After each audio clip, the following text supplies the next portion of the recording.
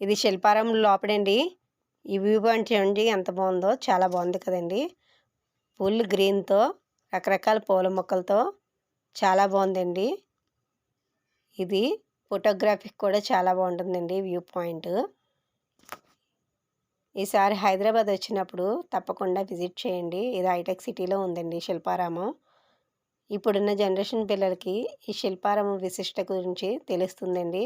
పూర్వకాలం ప్రజలు ఎలా నివసించేవారు అన్నది కూడా తెలుస్తుంది.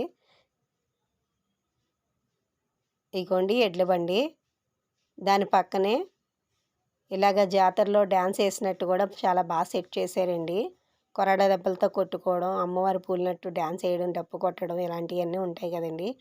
అలా బాగా సెట్ చేశారండి. చాలా బాగుందండి ఇది కూడాని.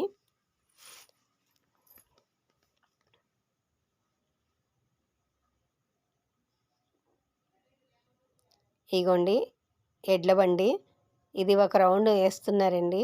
దీనికి కూడా టికెట్ వేయండి ఎడ్ల బండికి కూడాని. అలాగే ఎంతమంది ఎడ్ల బండి ఎక్కారో కమెంట్ సెక్షన్లో నాకు తెలియచేయండి. ఎంజాయ్మెంట్గా ఉంటుందండి, చిన్నపిల్లలకు కూడా తెలుస్తుంది పూర్వకాలం ఇలా ఉండి అనేసి.